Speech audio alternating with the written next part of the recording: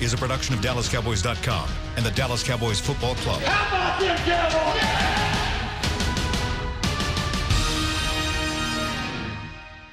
This is Talkin Cowboys.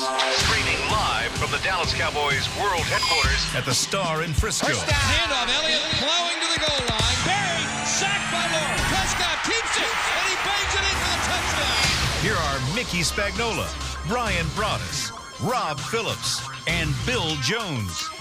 And welcome to Talkin Cowboys on a Tuesday, and time waits for no one. We are not waiting for Mickey Spagnola. We're getting started with Talkin Cowboys, and Mickey will be along shortly after he completes his duties on the Fan locally in Dallas-Fort Worth.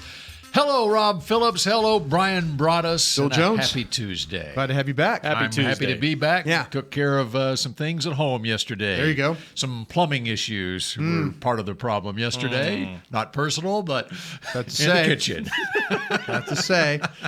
Oh, and here comes the grand entrance from Mickey Spagnola. And right off the top, as soon as Mickey gets his headset on, we'll have a Mickey's Minute for you, and he'll recap what he said to the Fan locally. Well, you could talk to Mickey. Anything piss you off? I guess I didn't have to tell Kent to get the cameras away so I can just sneak in and sit down. No, you're going to have a grand entrance. Yep. And you spoke of Kent Garrison, taking your phone calls. Give us a call, 888-855-2297. How were the guys on the Fan this morning? Well, Jerry had to go late. I heard Jerry, yes. So it kind of bled over to when I was supposed to start. So you didn't get as much time because of Jerry? No, they. That's a shame. Just got pushed back a little bit. Those guys trained to let me get here by 9:30. Okay, there How about you go. that? All right, well, good. And you listened to Jerry? I did. Okay. Any breaking news from Jerry this morning here in the last half hour? Not really. No. He kind of reiterated what we heard from Jason yesterday. I think they feel optimistic about Gregory and maybe Xavier Woods getting back for week 3. And Jason also, I'll just go ahead and update the injuries. I think Malik Collins has a shot to get back into practice. We'll see. He did sprain his knee in the game, so they've got some injuries, and particularly some injuries on that defensive line up front. But again, Dayton Jones has a chance to get back too. So at the same time, they might get some pieces back, but we're talking about signing receiver depth, but defensive line depth to me is what's really standing out right now. And what you allude to, Jerry was asked about Brice Butler. He's in town, according to Jerry. He is in Dallas. That was as forthcoming as he was about Brice Butler. Yeah, he didn't really say, okay, we got him signed. They probably have to figure out if they are going to sign him, who they're going to let go. Probably one of those safeties. And that's what I told those guys. Yeah, especially if Xavier Woods. Xavier Woods comes back, then you're going to Woods is back. have to figure it out. Yep. Yeah. Yep. Carry 7. Well, you can say it's 7 wide receivers. It's 6 wide receivers with 1/3 receiver, 1/3 running back. one Wait, Special we're teams. playing that game now. Yeah, that's how. Tavon is a toy. We went from having him as a receiver to having him as a split player now. Is that so we third, can justify? a third, and a third. Yeah. I just had a flashback to August 30th where Broaddus just – I don't want 7 receivers on this team. don't. You still don't. I still don't. I don't quite understand. Why do you think Butler fits into if indeed they sign him? I liked what Brian was saying yesterday. It was pure speculation about there might be an opening at the end, but who knows? Yeah, what's going to happen with Williams? We don't know. I mean, the league might come out and say because of the things the off the field problems that he had that maybe they say, okay, we're going to sit you for a game or two because this is a preemptive strike. But then again, I look at that and I asked Jason Garrett this question in the walk-off. What's wrong with Lance Lenore then? Lance Lenore went with we as a group had some really good discussions about why to keep 7 wide receivers, why not to keep 7 wide receivers, why does Lance Lenore make this team, why, and all of a sudden you're taking a guy that you had and was shown the door, and who said some really negative things about your team on the way out the door, and now you're going to bring him back in, maybe, but then you have a guy on the practice squad that we all kind of thought had a chance to make this team. So from that aspect of it, that's why I'm doing radio. I'm not a personnel guy. I mean, I'm trying to sit here and figure out why would you bring back Brice Butler unless he's going to play a position of somebody that you potentially can lose, or maybe the fact is they're not really excited about having Beasley and Austin both being smaller players. Yes. Playing as much as they're having to play. And that was the other thing. What does Butler bring to the receiver core that they don't have right now? Right. And he is a taller wide receiver. Can I say something, too, about Josh Gordon and that whole thing? Yes. Yeah. Josh Gordon coming back to Texas is probably not a really good idea. You know, you think about where a lot of his problems stem from. Coming back to the state of Texas is probably not a great idea for him. If, in fact, you're looking for a guy that tends to have issues, relapse problems, things like that. Yeah. This environment for him is probably to not separate from people you might have been around before. Yeah, exactly. And I'm sure that everybody out there is going, "Oh, Broadus, you're making too big of a deal about it." No, I'm not. This is something you have to think about when you're bringing a player in. One of the reasons why people said, excuse me, Rob, I know you're going to make a great point. No, you're good. This is why they said don't draft Dez Bryant, because of all the influence around him. Well, Dez proved to be different, and I don't think that Josh Gordon can prove to be different with what is going on with his day. And there were different issues with Dez. I mean, Josh Gordon is essentially, correct me if I'm wrong, he's basically Randy Gregory right now. Like, he's one strike away from goodbye forever. Yeah. Dez had some attitude stuff coming out of Oklahoma No, I just State. say, people said they shouldn't draft Dez Bryant because of the bad influences. Dez Bryant overcame more things. I got in trouble one time on the radio for saying that Dez Bryant, and he got mad at me because I was trying to compliment him on, I've never seen a guy with more things happen to him in his life and him overcome those. Mm-hmm. I meant that as a compliment. I don't know if necessarily that Josh Gordon could survive being back in Texas. We're on the same page there. And the other thing, too, is because he was an in-state player, Cowboys did their homework on him coming out of the draft, did a lot of homework on him, and maybe they had to gather information if they were looking into this last couple of days on what's happened to him since he's been in the league. But they know about him, and I just trust that they had information that said, you know what, we're dealing with some stuff already. Now where he's going, I wouldn't be surprised if he stays on the field. He has a heck of a season. When you hear the word time bomb tagged to a player, there are certain things you can call players, certain words you can use. Some of them are really bad, by the way, that you can use. We'll talk about those off the air. But you call a player, you say he's a time bomb. A ticking time bomb. A ticking time bomb. Quote, that's not good. That's not good. How many guys do you want on your team that you've got to nurse? You already got to nurse 2 guys, right? Yeah. At least. That we know of. Yeah, at right? least. And now you want to bring in another guy, and you start relying on too many guys that have those off-field problems, you're going to start failing. And the cancer starts growing in your locker room. Also in the middle of the season, too. It's one thing to bring in a guy that's, Gregory comes back and has the camp in the preseason and he gets back into the program. We're talking like on the fly, this guy bringing him in, and he does have the baggage. I could see why they said, you know what, let's just go in another direction. And look at Cleveland. Yeah. Cleveland was so patient with him. Yep. They put up with, how many years has this been going on? 5. Well, 2012 is when he came into the league. Okay, So and they've been so patient with him, and they finally go, that's it. I'm throwing my hands up in the air. What did happen this weekend? He tweaked his hamstring at a doing some sort of event? promotional thing. Well, evidently they say he's available to play. Now he's fine. Now he can play. Yeah. No, he missed. He was late to a meeting. Right. They just didn't, and Mickey's right. And hey, listen, trust me. I don't blame Cleveland. If you listen to me on the draft from show, I take great pride in trying to give guys second chances. Joe Mixon was a great example of but Joe Mixon, I think Joe, I'm always like, hey, bring in that criminal guy. Everybody gives me a hard time about that.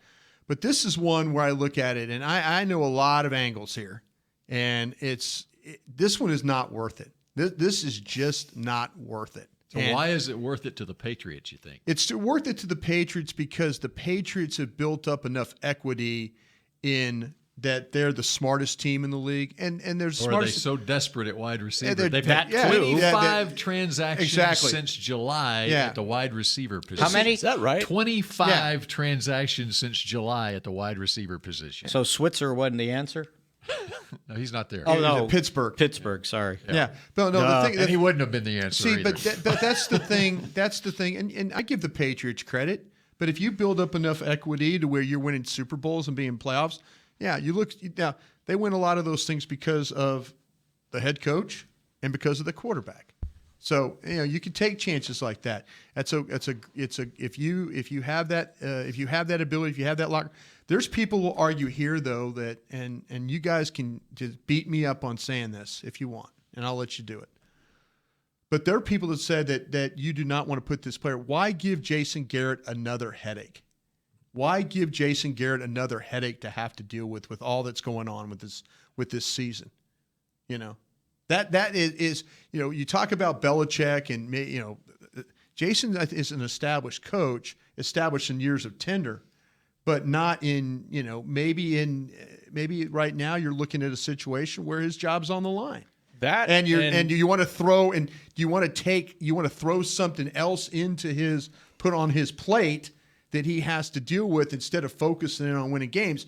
But people will say, well, Broadus, if you had Josh Gordon, you could probably win games. Or is he going to be eligible this week? Or he's going to be eligible. I think that's do you want to put that on your head coach? He's going to show up this week. Might as well bring Dez back. I don't think Dez was a problem myself, Mickey. I don't think Dez was a problem. No, I'm saying you might as well bring him back if you're going to take a chance on that guy. If you're going to cut Dez Bryant because of things you saw in the locker room or things things that little personality conflicts or whatever, then why in the hell would you want to bring in Josh Gordon? So Right. why that to me would make absolutely and you know what? no sense. I'd made the parallel with Randy Gregory. They feel like that's different with Randy. Players lobbied for him to get reinstated on this football team. Like, it's not an attitude thing with Randy. It is a medical issue that is causing his previous substance I like issue. what I've seen from receivers so far. I don't know why they're bringing in Brice Butler myself. I don't. I had the same. For I 2 heard the weeks. report, I said, for 2 why? weeks. For 2 weeks. You know what? You I cannot point. understand bringing him in for a workout and making sure that he's whatever, so that you have him. You know what's out there in case you have an injury or something. But did he get a private workout? He was not part of the. He wasn't there yesterday. He wasn't part of Camp Cowboys. Yeah, but see, that was their way of looking at their emergency board. This is the only time they'll work players out. Right. They've done this before. They've got the coaches. Sure. The fact that the Seahawks played a Monday night game, they really couldn't sit down and look at tape. They had to wait. They had to So wait for the they had a Seahawks. spare day then. So they had really a spare day to look to. So what you do if you're a personnel guy, you say, and it's hard for the coaches to go out there and work guys out because they do not want to take time away from game planning. So this is the way you set your emergency board. You get the coaches involved, and they will not ask the coaches to do any more workouts the rest of the way.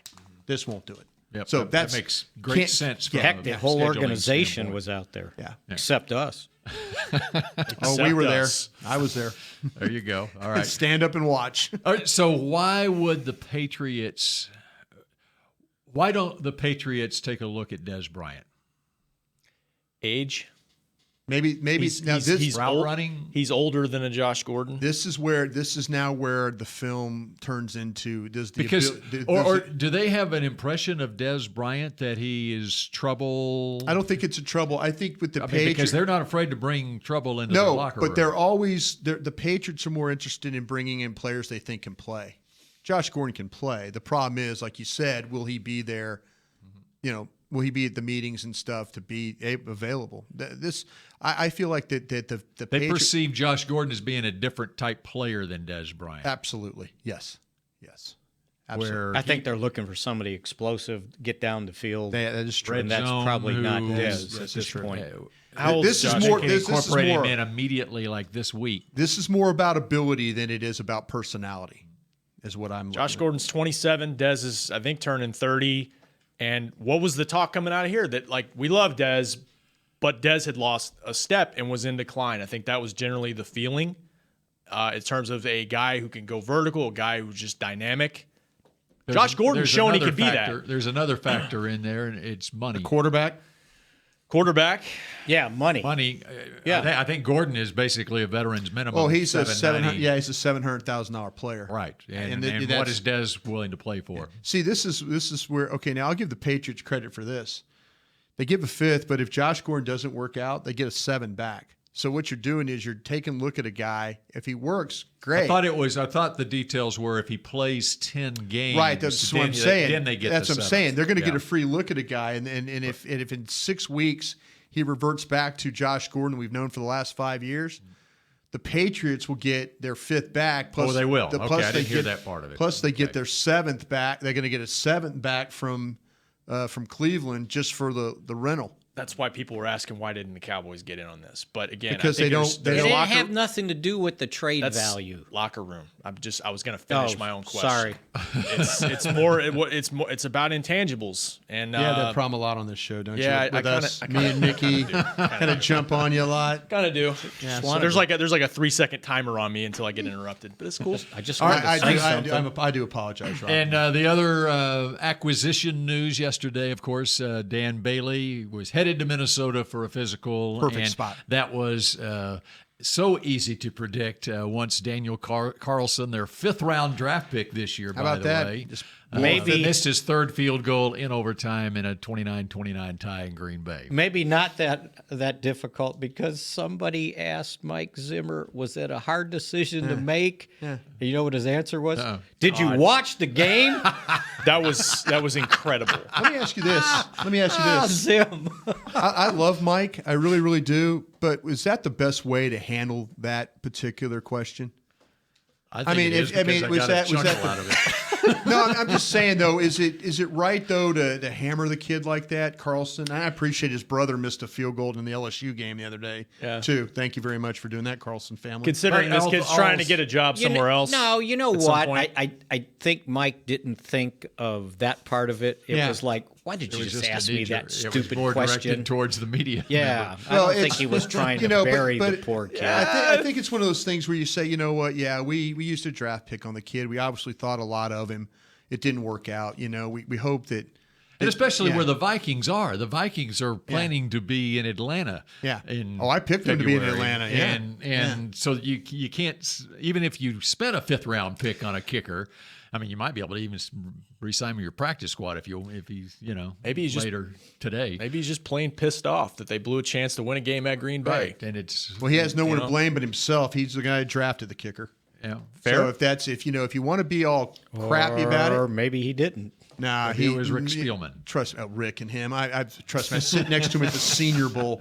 He's telling Rick everything he wants. Yeah, that's a guy. That's a guy. That's But Rick's done a nice job. I love Rick Spielman. Right. He's done a fine job. But I think that hey, look at yourself when you're, maybe you should be disappointed in you for picking the kid.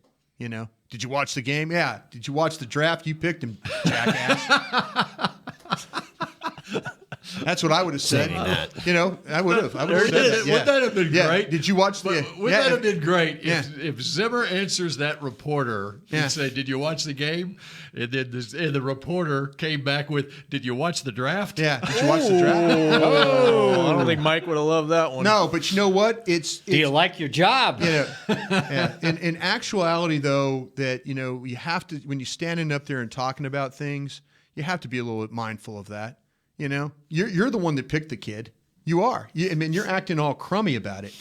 Mike, I love Mike. I really do. And I would say it to his face. I go, "You're the one that drafted him." I would. I would say it to his face. What if Garrett had said that about Bailey after camp? Did you watch training camp? Was it a tough decision? Nah, it's pretty easy. Brett Maher was a lot better. That would have made huge Well, headlines. see, that's the thing about it. Is he couldn't say that because couldn't because he wasn't. Bailey was not bad. It was a tie. I'm just saying. I know what you're saying. That's not Jason's personality. If Bailey's yanking kicks right and yanking them, missing them, and he's it's like, damn, Dan's he's done. Yeah. He's done.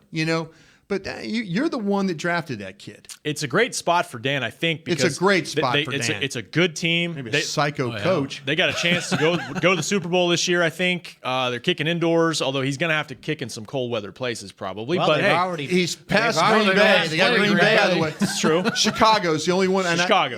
Chicago. Yeah. And I'm not going to act like I know what the Vikings schedule is. Detroit's completely. indoors. Yeah. All right, we're just getting started on Talking Good Cowboys. fit. So much to get into. We were able to scout the next opponent last night on Monday Night Football as well. And we take your phone calls when we continue in a moment. It can be hard to find the right resource for learning about important financial matters. You search how to build savings, you end up reading about the one weird ingredient from supermarkets that can make you taller. That's why Bank of America built BetterMoneyHabits.com, a safe little corner of the internet for answering your financial questions. Full of simple videos and tips, Better Money Habits can show you how to make the most of your money without resorting to random searches that always seem to lead to unbelievable photos of childhood stars grown up. To learn more, visit BetterMoneyHabits.com. I definitely have an Instagram foodie thing, but the low-light camera on my new Samsung Galaxy S9 from AT&T is getting me a whole new world of likes and shares. Baskets of bread by candlelight, colorful fruit plates in full sun. Even a dimly lit Cobb salad was recently hailed as a masterpiece.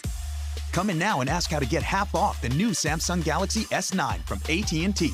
AT&T, more for your thing. That's our thing. Limited time only. See store for details or att.com/Samsung50. The dual aperture supports f1.5 mode and f2.4 mode. Dual aperture is installed on the rear camera. Oh, I am craving a Dr. Pepper. I got some soda. I asked not for soda. I asked for ice cold, craveable Dr. Pepper. Its flavor is more one of a kind than a four-toed sloth with a thirst for speed. So stop settling for soda and start demanding Dr. Pepper. I love sloths. When you crave a Dr. Pepper, nothing else will do. Grab an ice-cold 20-ounce Dr. Pepper today. Dr. Pepper, the one you crave. To work this big land, you need equipment with values rooted as deep in Texas soil as you are. Like John Deere compact tractors with a 6-year powertrain warranty and big features that help you work less so you have more time to do what you love. John Deere was first in the Texas fields, and we're proud to be on the field as the official ag and turf equipment of the Dallas Cowboys. Find Texas-sized deals at myjohndeeredealer.com/football. Terms, conditions, exclusions, and warranty limitations apply. See dealer for details. Back to Talkin' Cowboys. Well, Tommy John. Want to use what the pros use? Jack Black is the official men's skincare brand of the Dallas Cowboys. Get your Jack Black Playmaker, 4 JB Faves plus a full-size lip balm for just $10. And guess what? It's free shipping. Get jackblack.com. Use code Cowboys. I used my shaving lube this morning. Yeah. And you know what? It's almost like you're shaving, like, you know when you use a squeegee on the window? Yep. There's no pull. It just kind of slides. Mm-hmm. There is no pull whatsoever from your razor. I love my Jack Black shaving cream that I ran out of last week. We got to help you out with that. Yes, Bill. we do. I'm getting ready to turn in my reorder. Yeah, look at this. I got you down for Rob some Phillips. stuff too. Rob Phillips left during the break, but now he's back, and it's almost as if it's Santa Claus is arriving. Maybe here. the next break we'll talk about that. We'll talk about the special delivery coming. That's pretty up here. quick. Consider this segment Christmas Eve. And Okay. We'll wait till Christmas morning after the last break. I can't wait. All right, did you watch Monday Night Football last night and the Cowboys' First next time I did. opponent? First time I First time did this year. season. Yeah. This season I did. I was just interested to see what Seattle was going to roll out there, and looks like I've got the tape upstairs now. It's good to watch, but it looks like they've got some issues clearly on the offensive line, and they were missing some key people defensively. So really, a shell of a team that probably they wanted to roll out there, but a team that nevertheless you're going to have to deal with some key players on that team that can make life a little difficult for you. Do you think DeMarcus Lawrence and others on the Hot Boys were licking their chops last night? We have to use that term. You not like that, Mick? You don't like old school rap? Hot Boys. You know what? I saw a lot of similarities to what the Giants went through here a couple nights ago. Rob, you and I were going to use Hot Boys just to get under Mickey's skin. How are we spelling boys? It's got to have a Z on it. Gotta have a Z. Come on. All right. Get with it, Mickey. Jason Witten had a couple phrases the other night. Yes, he night. did. I was just looking them up. I was trying to remember them. Storm the castle. Yeah, that's right. Storm the castle. Which is in reference to just swarming Russell Wilson Right. with way too many rushers that they can handle. Football term. And there was another one about elephants, I believe. But anyway, Elephants on parade. He used to in the same sentence, basically. Storming the castle and elephants on parade, which was everybody goes left and the play went right. Right. Elephants on parade. Yes. Point being, the big uglies up front. Yeah. All went left. Russell Wilson had some protection issues last night. So I think, that's something that we'll see. Now, the difference is Eli's a sitting duck, let's be honest. Yes. And Russell Wilson is as good as anybody in the league at avoiding scrambling and just buying extra time. I'm interested to go back and watch the Denver game that they played in week 1. That's where I want to see if in fact, because we didn't really hear about with Von Miller in that group, I think I'm right about that. How much pressure were, if you said who would be the better pass rushers in the league, I think that maybe Denver's pass rush would be more ferocious than what the Bears. I know the Bears have done a nice job with Khalil Mack with now. Khalil Mack, yeah. But I'm interested to see, okay, how did they protect against the Denver Broncos in week 1, or did they have those issues carry over into this game? Well, 6 sacks both games. 6 sacks both games. Okay, there you go. He threw for 298 yards and 3 touchdowns against Denver. Right. So as badly as the protection was, they did do something, and they did score 24 points. But last night, that looked like Russell Wilson and the other 21.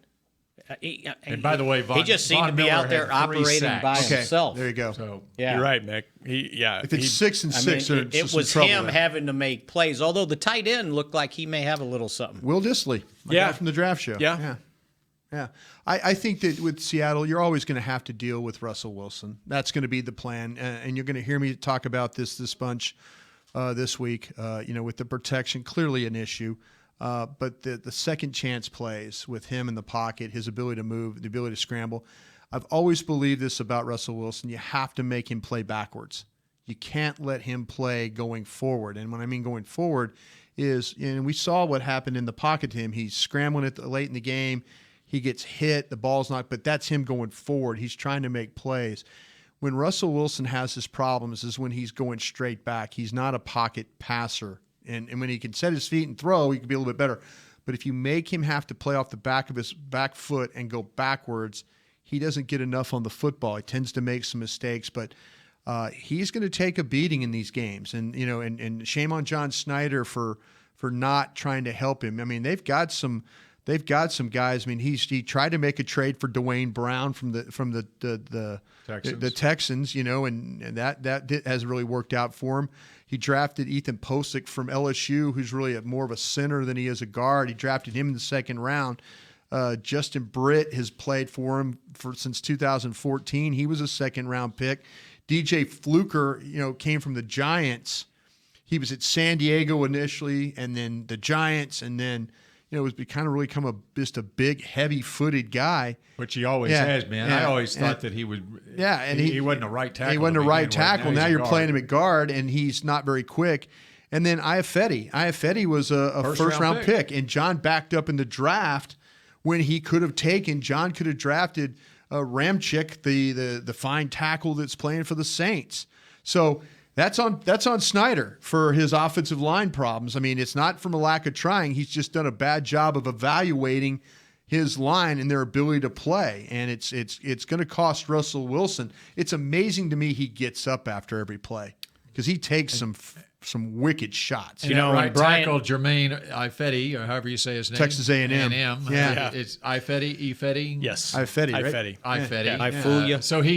So he fooled John. How about his first 3 weeks of this season? He got Von Miller the first week, Khalil Mack the second, and now he gets DeMarcus Lawrence this week. And when Brian talks about Wilson going forward too, it's not forward around the edges. No, it's right up the middle. Right up the middle. Yeah. So the Cowboys have to be very careful if they want to be aggressive, rushing the quarterback. You better stay in your lanes and have some containment, because that's what I saw last night when he was running. Yeah. It was right up the gap. Discipline rushes, and what Rod always says is keep him in the well. And keep him in the well. And right. they've done a decent job against him in recent years. Yeah. Last year, he made some clutch throws last year on Christmas Eve, but I don't think he may have had like 100-yard receiving. 13-12 game. Was it one of those deals? 21-12. Low scoring. I think they scored late. Late. Yeah. See, that's I kind of felt like the game. I mean, Trubisky was making some plays, but they still, until the pick six, and it's amazing that they can give up 6 sacks and hang in football games. Mm-hmm. It's the last couple of weeks, so this one could very well be on the Cowboys' offense. can you have the type of game plan where you can run the football, where you have some success throwing? And will Bobby Wagner be back? Yeah, and then it sounds like Bobby Wagner will be back. So you better be ready for this team has done not a very good job of blocking that Mike linebacker. The last couple of weeks, the Mike linebackers have been able to make tackles. I know Luke Kuechly's a rare player, but you look at Ogletree and what he was able to do. He had several tackles in this game. And, if you don't block Bobby Wagner, then you're not going to run the football. 21-12, they lost to him last year, and this surprised me. I should have known it when I was looking at the scores from last year. It was the only game the Cowboys lost when they didn't give up at least 27 points. Yeah. All the other losses were 27 points or more. So and they were stagnant offensively in that first game back for Zeke, even right? though Zeke was back, they still it was a continuation pass protection. He was kind of back, I guess. Yeah. His first game back. Yeah. And you thought Witten made improvement this week?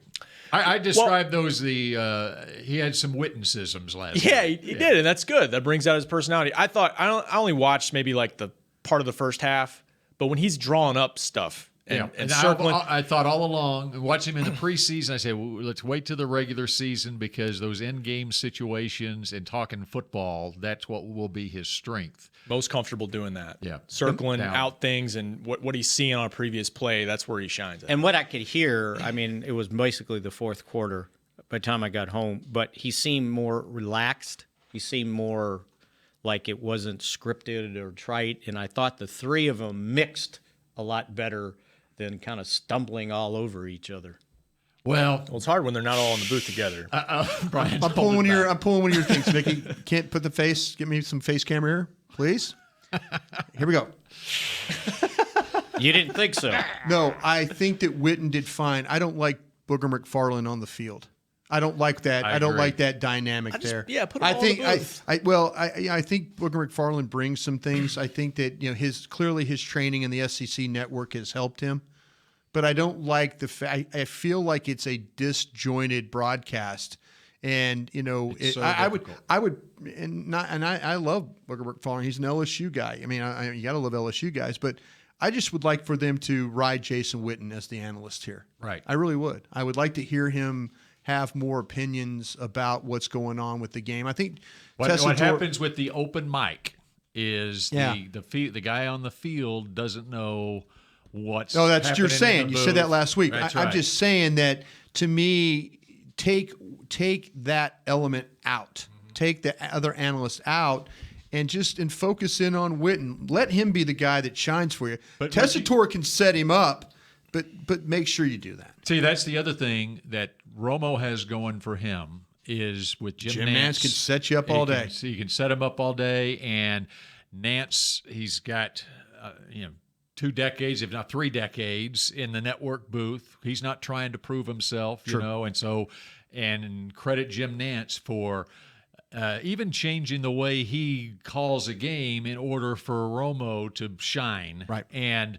I know Joe Tessitore from when he interned for us back 25 years ago. But for anybody, it's your first opportunity calling NFL games on Monday Night Football stage, and you're not necessarily your main priority, although it should be, is what the rookie analyst in setting him up because you're proving yourself as well. You got 3 guys that are trying to make their way at the same time. I only need 2. And think about Aikman when he started. He was with guys that had done the job, right? He didn't have to break in with a new play-by-play guy. Right. And you're more relaxed than the play-by-play guy. I'll set you up. I've been around long enough. I made my way. I'm going to help you out. And it's a different. And Tessitore has a different personality than Nance. It's Tess, by the way. Yeah, that's right. Yeah, that's right. Let's go to Brandon in Ohio. You're up on Talking Cowboys. Hello, Brandon. Hello. Thanks for taking my call, guys. Sure. So with the Seattle game coming up, I've heard you guys talk about how you think after this week will be the week that there might be potential to actually make a trade for Earl Thomas. I don't think you heard us say that, but go ahead. I think I've heard Brian say it. He said it probably wouldn't be till after week 3. It wouldn't. It clearly wouldn't be after the game. Yeah, exactly. So I was thinking, in the interest of thinking outside the box a little bit, what would you guys think about the potential to move Jordan Lewis to safety, trade for Earl Thomas, and trade away Xavier Woods and a really late round pick, in the interest of Earl Thomas III being your safety of right now, and grooming Jordan Lewis to be your safety of the future, since he's not a good scheme fit for a corner, but he looks like he could be a great transition to safety.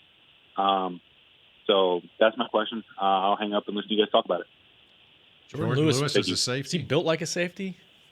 Well, He's built similar intangibles to Earl Thomas III. I feel like Earl's a bigger body guy. He is a bigger body guy. I don't know that I want a 5'9" safety. No, he's Or 5'10". I'll give him 5'10". You give him 5'10". I think that How tall is Polamalu? Yeah, he's built different though. I don't know if Sanders? Bob Sanders. Yeah. Bob Sanders will blow you up. I don't know if when you talk about those safeties like that, Polamalu's, the Earl Thomases, the Eric Berries, great instinctual players. I don't know if necessarily if Jordan Lewis is a great instinctual player, and I think that to me, by the way, if I'm making the Seattle trade, they're not getting my 2. I'm sorry. You had a chance. You're not getting it now. Here's what I was thinking in regards to if it ever became a possibility. When you see the Seahawks now fall to 0-2, they have no leverage. Let's say they lose this week to the Cowboys. They're now 0-3. Right. That third-round pick looks pretty good now. Yeah. See, this is where I'm saying my thing is, do you want my third-round pick now, or do you want to wait till 2020 and get that third-round pick when Earl Thomas signs somewhere else? That's what John Snyder has to come to grips with now. Being in the compensatory pick. Yeah, you had an opportunity to take my 2. You didn't take my 2. So I'm sorry. I'm not going to offer my 2 to you again. With that being said, I feel like, though, you need to keep Jordan Lewis at corner. Mickey's made a point before, and Bill, maybe Rob as well, about injuries and things that happen as the season goes on. Keep him in that spot. Let him just to keep practicing as that corner. They're not using him. Anthony Brown has played really actually pretty well the last couple of weeks. So Jordan's your fourth corner. Keep Xavier Woods. He's going to be back in the mix. You're comfortable with him. But the longer this thing goes, I don't think you're necessarily going to trade for Earl Thomas. Not if Frazier and Heath and those guys continue to play pretty well, and if now Frazier becomes a backup guy and you can put him in some situations. I don't know if I'm going to trade for something. I'm looking for offensive help. Defense is your strength right now. Yeah, I'm not worried. I'm not worried about a safety. I'm looking okay, and this goes back to the 7 wide receivers that you could potentially have on the roster. I don't know. I mean, I'm looking. What about tight end? What about is there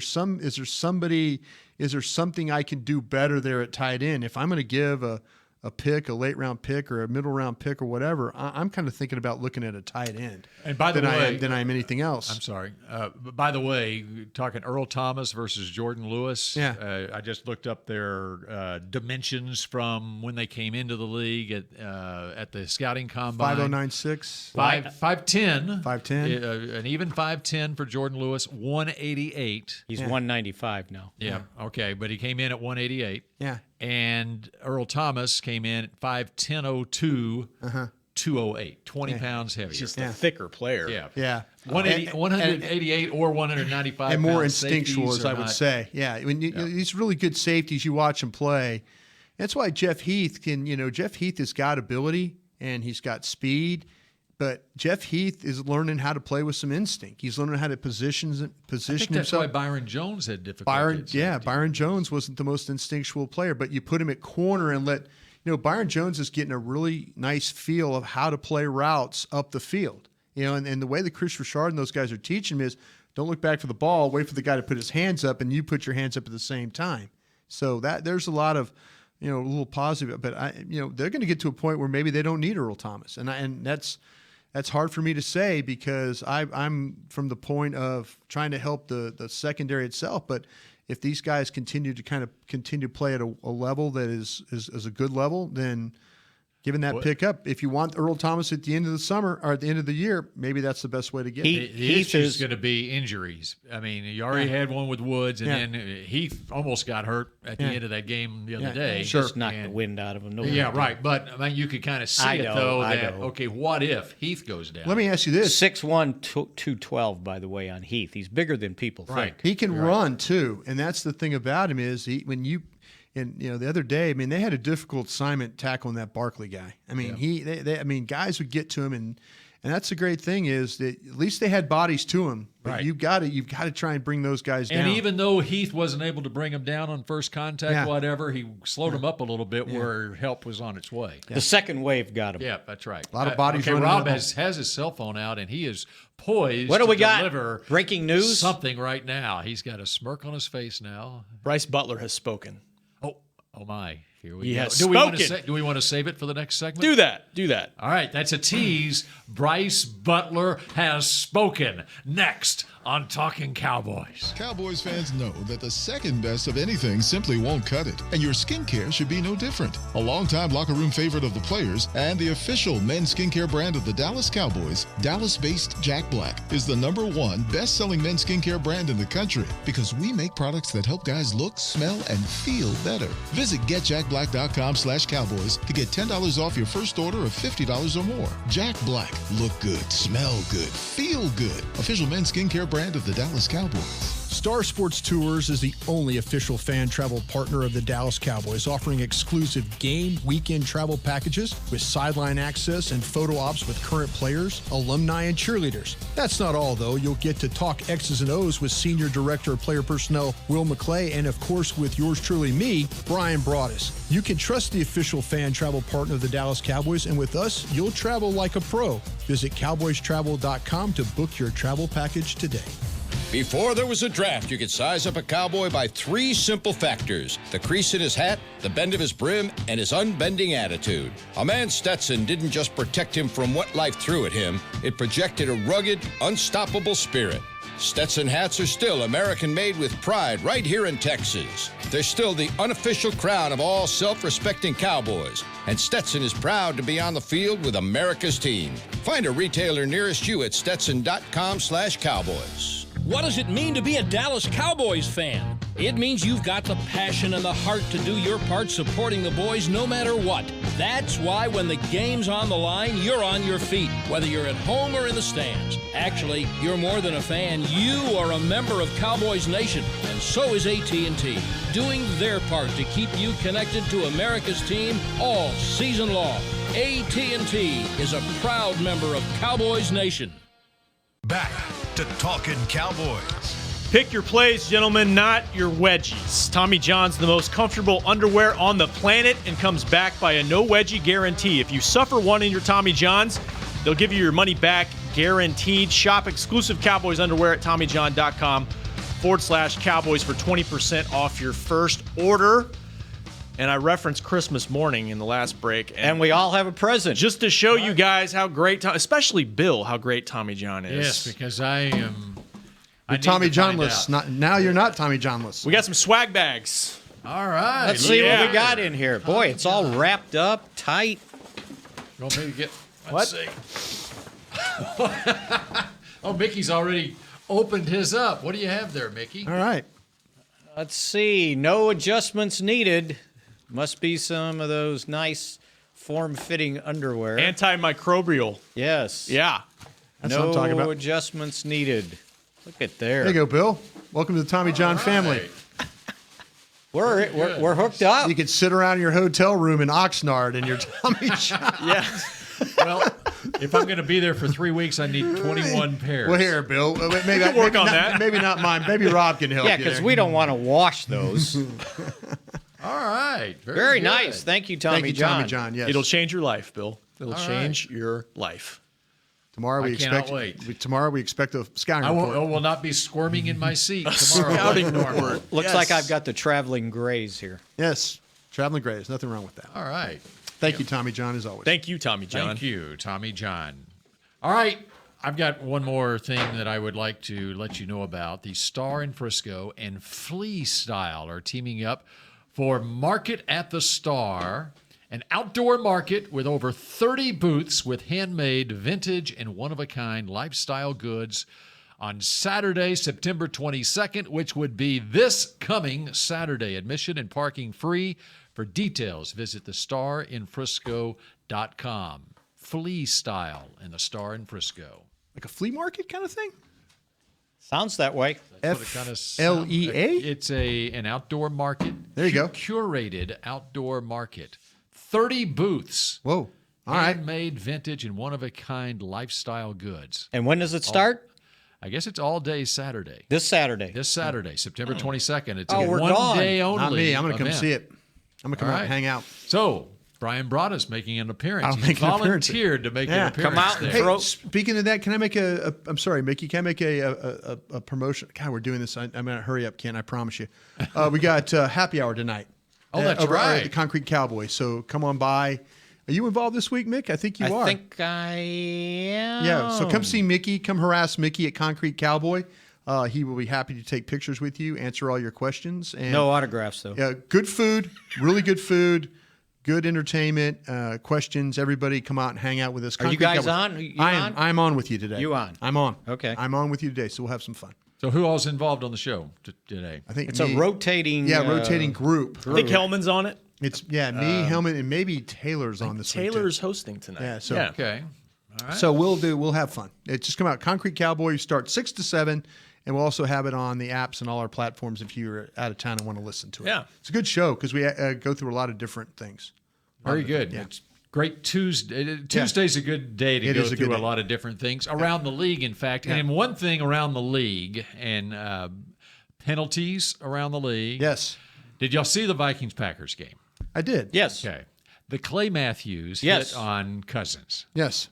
How could they defend that? Unbelievable. The league did defend it, though. What I they know. say? They said that's the way it should be officiated. Yeah. How is that a penalty? I don't know. And you guys, I'm glad everybody's catching up to the life that I had to lead for 13 years of dealing with NFL officials. And that the fact that calls are made and they get on a plane and fly first class and wreck somebody else's life. You know, that game is. I don't know. Changed I know. the whole I'm just telling you. complexion of I'm the telling game. I do not understand officiating anymore. I really don't. I don't. There's things that happen in games now now back in the day, and I don't mean to be that guy all the time, but there are calls that are made today that I cringe. So are they saying that he drove? He Cousins drove. in? That's what Cousin they're in saying. the What they ground. basically tackled. He tackled He him. did, and he did not drive him into the ground. No. I think that they were probably so on point for that because of sure. the teams that Tony- were playing, and Tony Anthony Crente. Barr and Yeah. Rogers the previous year, and they were Tony it was a Crente, I'm top telling you. priority that we got to be on the lookout for the Packers getting payback. Whatever. There are referees in this league that overly protect quarterbacks, and Tony Crente is one of them. He is a. You got to understand where you This are is in the game. I know you, and this is. You got to this is- understand this makes a difference in who wins the game. And he Yeah, didn't you're telling me? He didn't go low. Yeah. He just He went didn't straight drive ahead. him He in. didn't pick him up. He It's- just tackled him. It's Wow. and that's where Jason Garrett will not. I mean, he stood up at the podium yesterday, and there were a couple of the holding calls, and I get it, but sometimes you just got to let these guys play, and these officials, it's not always the case. That you just, you don't put yourself in a game where it's division rivals and both teams and they're fighting. Don't you make the call that's going to flip the game one way to it. Just let the players decide the game. And especially if Carlson makes a field goal at the end of the game, yeah. and it turned a win into a loss, and as it was, they turned a win into a tie for the Packers. And the other thing that's happening now is for offensive linemen, don't dare bury the guy because you're going to get called for holding. Yeah. It's not my fault that you can't stand up on your own 2 feet when I block you. And then you go to the teach your ground. defensive linemen to take a dive. It's a little soccer move. We're going to be soccer. Yeah. We're gonna I'm getting held. We're going to see soccer out No, there. you got pancaked. Yeah. Well, he did. The Lale Collins I know. one, he punished and the guy. you literally could call holding on every single play in every game. every week. And so when it happens, when it happens out in the open, that's the worst part, right? Yeah. Yep. And it's the same thing happened to Swaim too, by the way. It was out in the open. I could see why his was a little bit more of a bulldog move. I can see why they called that though. The Swaim move was turn around, they see him, and he's got him in a half Nelson. Yeah, I mean, on film, that one was worse than the Lyle Collins one. But you probably didn't have to get to the Lyle Collins one if you weren't going to have to throw. If you get that first down, you're probably going to just keep running the ball. But the officials, those were 2 first down plays, right? Yeah. Both of them. Yeah, the run was a first down, and then the 3rd and 11 was a which first was down. a really nice pass play too, by the way, from the pocket. Absolutely. Yeah. Okay, now the other thing from Sunday. What else you want to get us riled Sunday night up football. about? You were at the game. Yes. Okay. So you were watching the game and not necessarily watching a TV monitor, although you probably watch it for replays. I had it on my computer. Rob was at the game. Yes, Brian, you were back here, and so you were watching on TV. Right. I'm just going to repeat some tweets from me on Sunday night, which Rob knows where this is going. I first tweeted, if we wanted to see the end zone view, we'd buy a seat in the end zone. What's going on here? And then I retweeted that and said, what happened? Did NBC lose its cameras and have to use the end zone view? And then I said, I have no idea what happened on that Cowboys series because I was sitting in the end zone. And then Rob retweets me and says, he says, Bill is so upset he's retweeting himself, folks. I said, irate. Spending this whole commercial break going back and trying to figure out what just happened. If you retweet yourself, you're pissed. Why do they show the end zone view on the live? I love the end zone view to go back and look at the play. Right. It's for replay purposes. But I have to see how much yardage is being gained on the play. So that's why we buy a 50-yard line seat and not an end zone seat. What's the deal with the green zone, too? Have you seen that? All right, Kent Garrison chimes in. That's a whole great other point, too. day Why of are we topics. tricking this up? So did they keep it for the whole play? The whole series. And apparently this is something that it's almost like playing Madden. They're new innovation. When you I had it on my computer. I guess I missed that. Yeah. It was second quarter or something. Somebody tweeted me and said it looks like it's kind of that all 22 y'all were talking about during the week, but maybe it's not as really good of a bird's eye. All 22 is great. I love all 22, but I don't want to see the all 22 live because I want to see what happened on the play first, and then those innovations are for replay, and that way you can go see what happened. It was very video game like. And I have a 15-year-old son that plays Madden.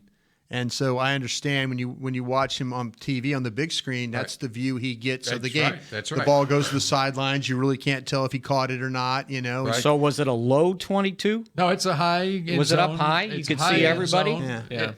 But you can't tell. It wasn't second deck high. Right. It was lower bowl high. Right. I mean, if it was second deck high, you could see everything. And then you could see the yard lines, and you could kind of see how many yards they basically gave you a view from the field suites. So what I saw a lot was they started behind the play, and then they switched cameras. And I don't know why they were doing that. And so I started yelling at my TV, why are we doing this? And then finally they gave me the side view. Good, I feel better. Not the only one that yelled at my TV. I think the thing they're trying to do is everybody's real big now in telling you what personnel's on the field. That's what. I mean, they're trying to tell you that if I can tell what personnel's on the field from the side too. If you're in 12 personnel or 11 personnel and all that, but they're trying to get everybody.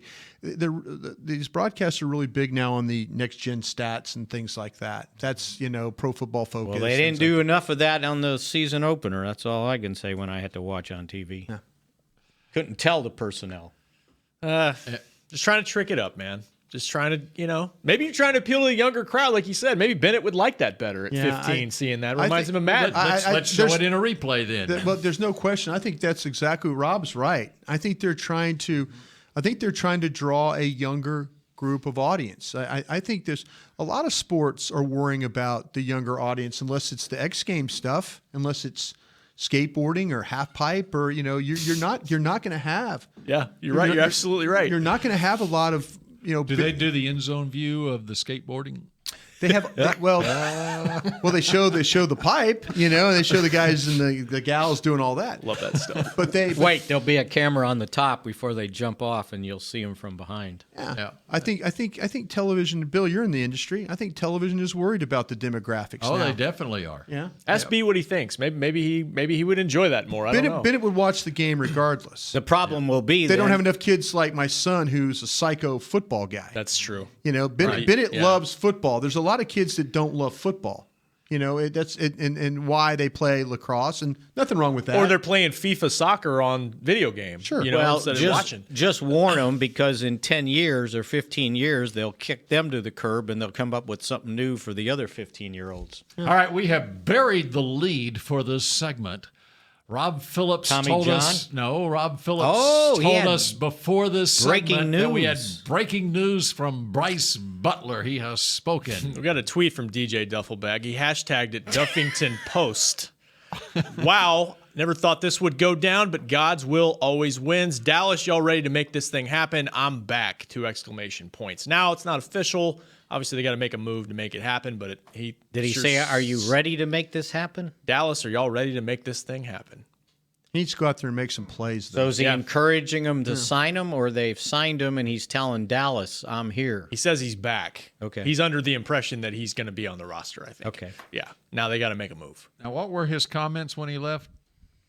Basically said that that he wasn't going to. They asked him if he was ever going to come back, and he said, "I'm never coming back here unless I start." So that was one of his. That's right. Okay. Yeah. Because they hadn't released Dez yet. Right. Yeah, there was a beef with Dez, and I think once that situation resolved itself, the door was wide open again. Mm-hmm. Yeah. Yeah. So he does not need a starting spot. He is back. Well, he needs a job. He's been promised a starting position. No, he needs a job. That's number one, and he needs to come in here with hat in hand. Or and a duffel bag his backpack in hand? Well, DJ duffel bag. Needs to, and if they're gonna make this move, they're not going to dress 7 wide receivers. No, they're not. Somebody's going to sit, again, we've kind of speculated that could it be something happened with Terrence Williams? Let's see how that. But they're not going to dress 7 wide receivers. But when he gets an opportunity, he needs to go make plays. He needs to make those plays down the field. The catches that he can make down the field, those things are all good that he can do. But he doesn't need to get penalties, block in the back, too many men in the huddle or whatever else. Got to blame him for that. Well, I'm just saying, when we look at things that happen during the game, I know. Who does it happen to? Yeah. It happens to number 19. And he needs to catch the ball. And he needs to catch the ball. That's exactly right. If that ball is going down the field, he needs. I'm trying to remember the one catch he made in a game, extended over his head. He fell on his rear. It was late in the season. I can't remember, but it was along the sidelines. He needs to make those plays. He can't go down the field and drop a ball or take a slant and drop the ball or take a dig route or an in cut and drop the ball. If they're going to bring you in here and sign you to try and early in the season to try and help this team, when you get opportunity, don't fail. His leash for me is Okay, so we'll look for that breaking news at 3 o'clock this afternoon. We'll see. You heard it here from Rob Phillips, and you heard it first from Brice Butler. DJ Duffel, yeah. Thank you, Tommy John. Yes, thank you very much, Thank you, Tommy John, and we will see you tomorrow on Talkin Cowboys. This has been a production of DallasCowboys.com and the Dallas Cowboys Football Club. How about this, Cowboys? Yeah!